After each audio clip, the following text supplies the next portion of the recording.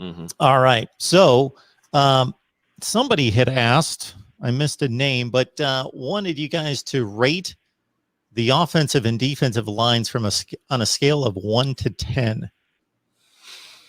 On a scale of 1 to 10? Where are we going? Offensive line first, James? Yeah, let's do that one. Let's just get a. Well, I mean, both are. I mean, yeah. I don't want to talk about Florida State's defensive line last year. So if we're talking about what this last year, I guess maybe this is right here. Then. Well, I would basically say look at last year's performance, and then based on the additions and subtractions, what you would project it to be now. I don't know.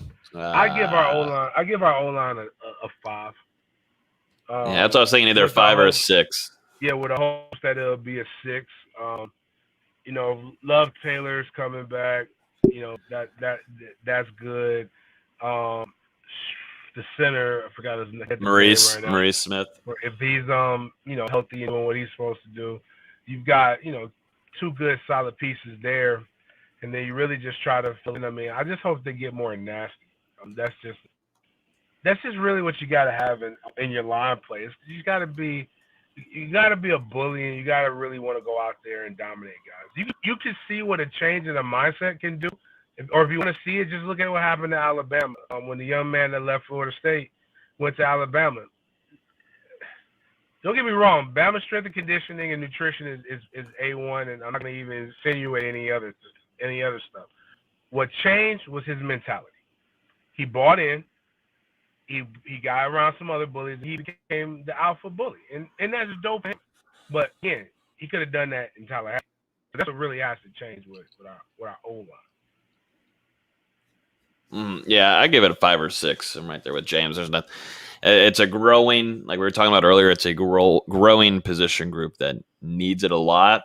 But we saw a little bit of progression last year, and James was also mentioning too Jordan Travis, who's a running quarterback, and the running game too with the running backs. It was not too shabby. It took Corbin a little bit to get going there, and then we saw that he had some good couple last games, but it's growing. We're seeing definitely a focus towards that. Mike Norvell and Coach Atkins know there's a lot of work to be done there, but it'll be good to have Devontae Love Taylor back fully healthy too. And yeah, D-line last year a 2. Yeah, D-line this year I'm actually going to give them a marked improvement. And the reason why is the defensive end that transferred from Georgia exponentially better than the 2 guys that got drafted, ironically. But I think they're actually exponentially better than them as a college football player. I believe inside you're going to see guys who are just hard workers that really have no choice but to rely on the technique and what the defense is asking them to do.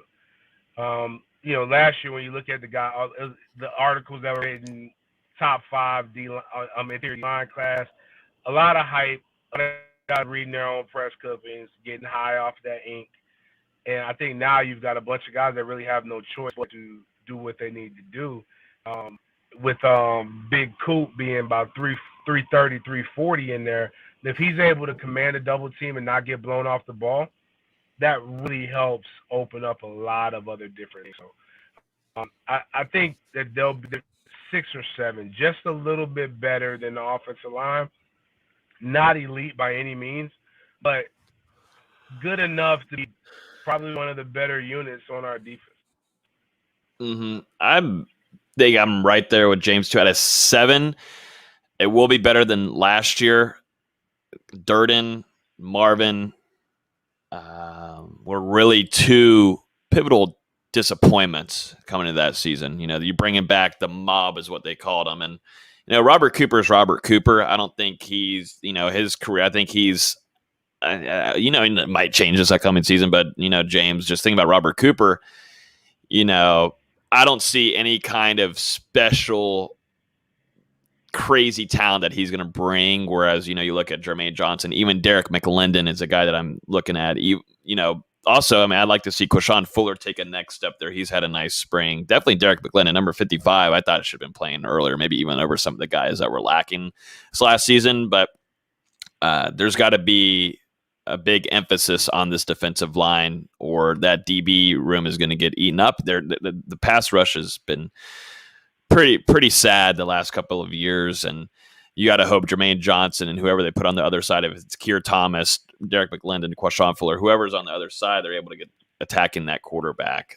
I'm just not so sold on, Cooper making that much of a presence. I mean, you're also having Dennis Briggs come in too, who came in.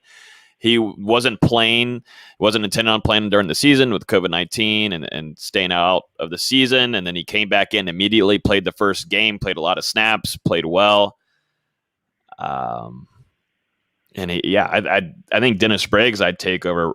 I mean, they're two different type of guys, but right. Dennis Briggs I think is on a higher level to me, talent wise and production wise, than Robert Cooper. I guess is what I'm trying to say.